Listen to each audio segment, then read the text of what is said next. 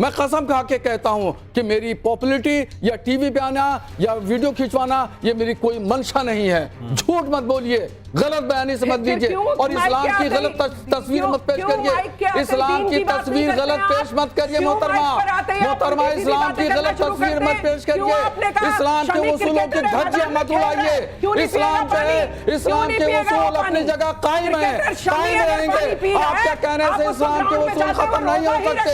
इस्लाम के उसूल अपनी जगह हैं, वो अटल हो सकते हैं, वो नहीं खत्म हो सकते। जमीन एक तरफ हो सकती है, आसमान एक तरफ हो सकता है।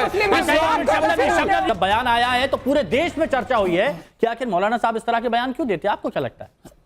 मुझे तो लगता है फेम में आने के लिए देते हैं कि हमें फेम मिलेगा, नेम मिलेगा, वरना अगर सुधारना ही होता तो ये कहना चाहिए था कि मेरा रंग तेरा रंग सब एक समान, आओ गले मिलके लगाएं एक दूसरे को रंग।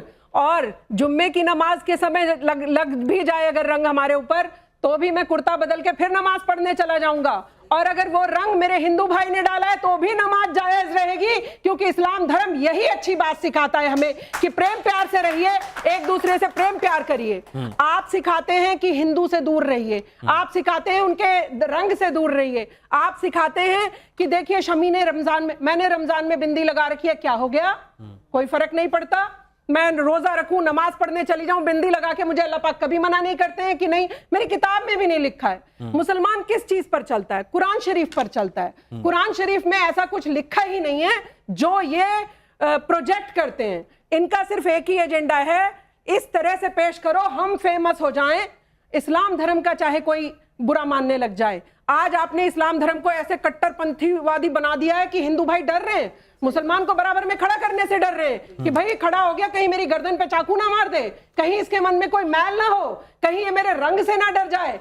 अरे आपको तो आप डर पैदा करने की कोशिश, मौलाना साहब ये गंभीर सवाल है। शबनम खान का सवाल ये है कि आप डर पैदा करने की कोशिश कर रहे हैं, मतलब भाईचारा तो छोड़ दीजिए, आप डर पैदा कर रहे हैं। नहीं मोहतरमा, जो कुछ कह रही हैं ये बेबुनियाद बात कर रही हैं, इनकी लफाजी है, बताइए बेबुनियाद कर रही हैं पहले सुन लेते हैं। और बिल्कुल गलत बात कर रही हैं। इस्लाम की बात मैं करता हूँ, इस्लाम की बात करता हूँ, इस्लाम के उसूलों की बात करता हूँ। यहाँ मैं किसी को डराने धमकाने की बात नहीं करता हूँ। खुदा गवाह है, मैं कसम खा के कहता हूँ कि मेरी पॉपुलैरिटी या टीवी पे आना या वीडियो खिंचवाना ये मेरी कोई मंशा नहीं है। झूठ मत बोलिए, गलत बयानी से मत दीजिए और इस्लाम की गलत तस्वीर मत पेश करिए। इस्लाम की तस्वीर गलत पेश मत करिए मोहतरमा, इस्लाम की गलत तस्वीर मत पेश करिए।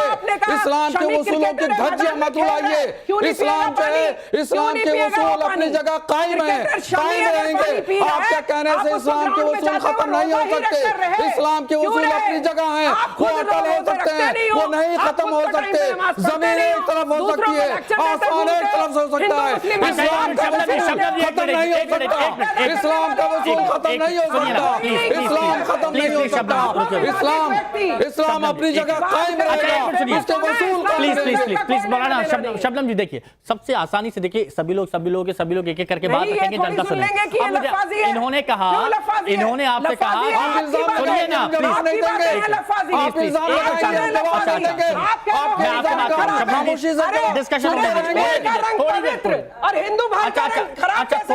थोड़ी देर रुकिए एक मिनट, इस्लाम मैं जवाब दे दूं? हाँ एक सवाल। मौलाना जी, आप जैसे लोग अगर 4 और पैदा हो जाएं तो शायद हिंदुस्तान में वो दिन दूर नहीं है जो आप हिंदू मुस्लिम में कत्लेआम ना करवा दे। वो तो अभी भी आप लोग के भड़काऊ बयान से हो ही रहे हैं।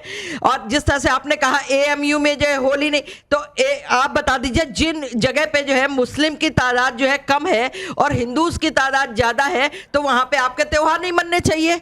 आप दूसरा आप ये बता दीजिए, जब आपने मोहम्मद शमी को नहीं पहचाना और आपने बोल दिया कि पानी पीना हराम है, ठीक है, तो आप ये बता दीजिए यदि कोई मुस्लिम भाई बहन या बच्चा कोई बीमार होता है, उस टाइम उसको जो है हर चीज की जरूरत है और दवा की जरूरत है और दवा बिना पानी के नहीं पी जा सकती।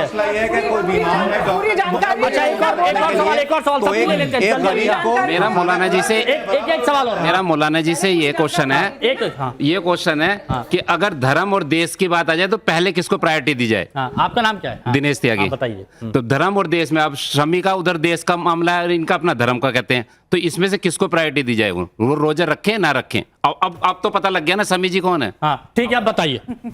देखिए, आप पे लगा हुआ, बताइए। मेरे पहले भाई ने जो सवाल किया है, अच्छा जवाब दीजिए, वरना गलत उम्मीद उम्मीद जा रही है ठीक है, मुसलमानों सुन की। लीजिए। देखिए थोड़ा संभल के जवाब दीजिए। देखिए ऐसा है कि जहां तक धर्म और देश की बात कर रहे हैं, तो संविधान और हमारी शरीयत ये जुड़वा भाई हैं, इनको अलग नहीं किया जा सकता। क्या बात हो बहुत दिल चिढ़ फिर वही बात आ गई। बोलिए। कैसे मान रहे हैं क्या फिर? ये इस Please, देखो, इस तरह बात नहीं होती है। एक मोहम्मद शमी क्रिकेटर हैं, और जो पाकिस्तान की बात कर रहे हैं क्रिकेटर की, मुझे कतन कोई दिलचस्पी नहीं है क्रिकेट से। ठीक है। मुझे शरीयत से दिलचस्पी है, कुरान और हदीस से मुझे दिलचस्पी है। इन्होंने बात की कानून की, एक मिनट, एक- कॉन्स्टिट्यूशन की बात करी। मैं थोड़ा सब्र तहम्मुल चाहता हूं अपने साथियों से, बहुत एहतराम और अदब के साथ। कानून की बात करी, बहुत अच्छी बात करी। मैं कानून के ताल्लुक से कहना चाहता हूं अल्लामा हजरत कि ये मुल्क ना तो शरिया से चलेगा ना सनातन धर्म से चलेगा। ये मुल्क जो चलेगा अंबेडकर के बनाए हुए दुनिया के सबसे बड़े कानून से चलेगा। आप भी इस पे चलेंगे, मैं भी इस पे चलेंगे, सब इस पे चलेगा। रही बात शमी की, देखिए उसने पानी पिया, वो मुल्क को रिप्रेजेंट कर रहा है। हुब्बुल वतनी निस्फुल ईमान। दोबारा मैं कह रहा हूं, इस्लाम के अंदर वतन से मोहब्बत पहला इश्क माना जाता है। अगर कोई भी मुसलमान सेहतमंद तंदुरुस्त तवाना है, बिला उज़्र शरई, अगर रोजा तोड़ेगा, रोजा नहीं रखेगा, तो वो गुनाह अजीम का शिकार होगा।